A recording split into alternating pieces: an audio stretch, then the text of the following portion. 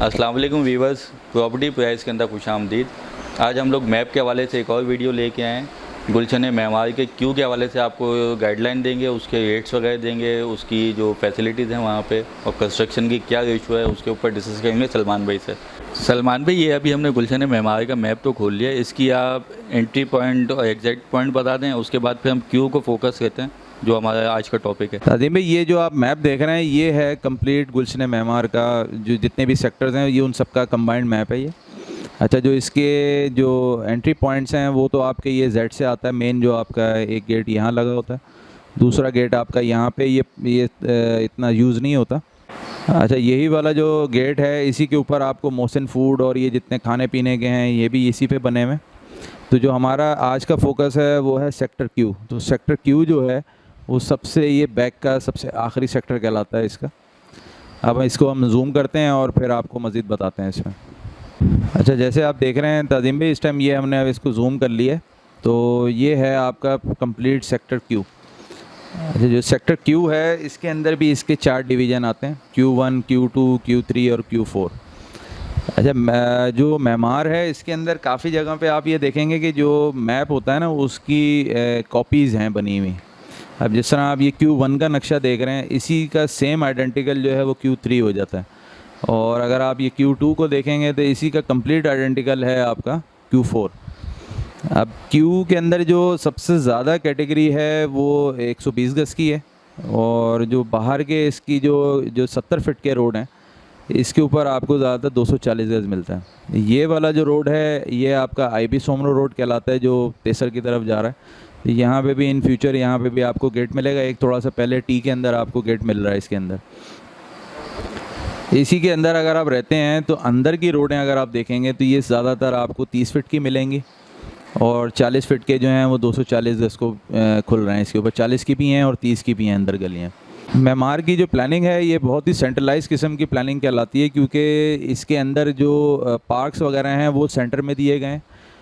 हर sector के अंदर एक छोटा सा पार्क आ जाता है। अच्छा, इसको अगर ओवरऑल को देखें तो ओवरऑल के अंदर फिर उन्होंने एक बड़ा प्लेग्राउंड दे दिया है, उसके अंदर मस्जिद, मदरसा और उसी के साथ उसकी पार्किंग, मतलब एक प्रॉपर तरीके से उसको डिज़ाइन किया गया है।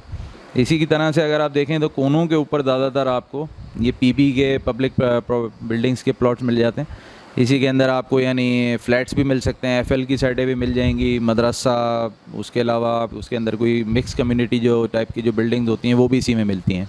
अच्छा, ये जो सेक्टर क्यू है इसके अंदर एक और थोड़ा सा यूनिक फैक्टर ये है कि इसके अंदर 80 गज़ की कटिंग भी आती है।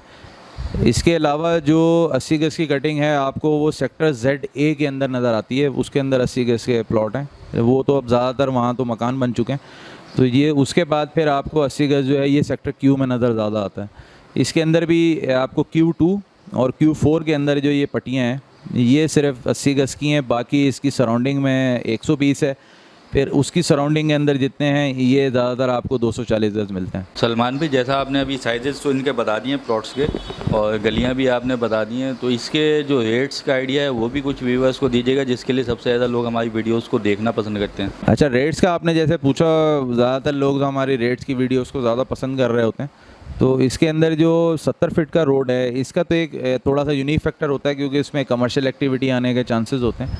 लेकिन एक जनरल आइडिया में लिया जाए तो तकरीबन ये समझ लें 135 से ले के 1.5 और 160 तक का भी इसमें डिमांड आ सकती है।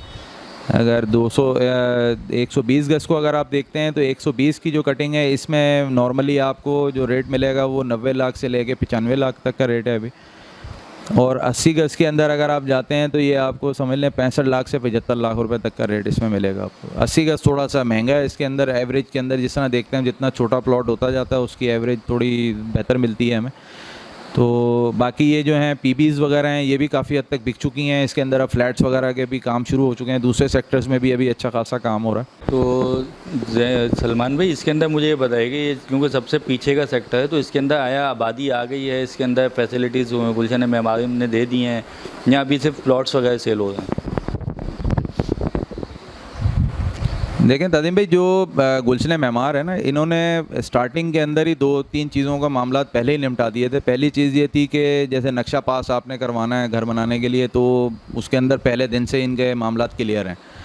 दूसरी चीज़ ये है कि जब इन्होंने मेमार लॉन्च किया तो उस वक्त ही इन्होंने बिजली पानी गैस का ऑप्शन उस टाइम से ही ले आए थे। ये इनका तो इतना बेहतरीन सिस्टम था, जितनी इनकी ग्रीन बेल्ट्स होती थी इसके अंदर पौधे वगैरह लगे होते थे, तो उसके अंदर वो पानी का इन्होंने पाइपिंग का सिस्टम किया था, जो कि बहुत हाईटेक टेक्नोलॉजी उस टाइम कहलाती थी, जिसमें पानी कम से कम इस्तेमाल होता है।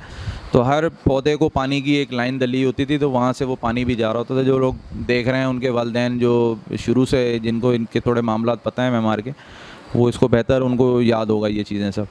अच्छा, दूसरी चीज़ ये है कि पानी बिजली गैस ऑलरेडी है। अच्छा, गैस का तो आपको पता है, नए मीटर्स के थोड़े से मसले हैं, वो तो किसी टाइम में भी हल हो सकता है, उसका तो मसला कोई नहीं है।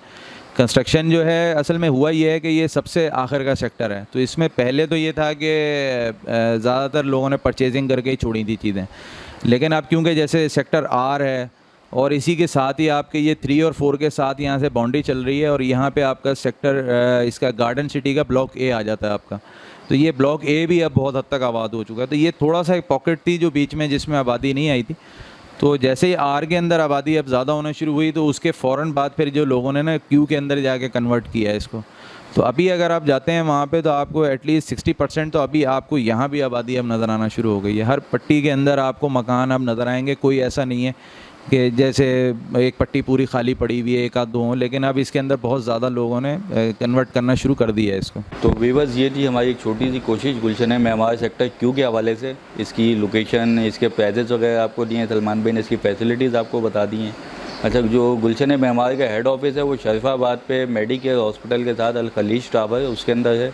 उसकी भी एक वीडियो हमने बनाई हुई है, नीपा चौरंगी से टूवर्ड्स ये आपका हेड ऑफिस गुलशन मेमार का, तो उसकी वीडियो भी आपको अनकरीब मिल जाएगी देखने के लिए।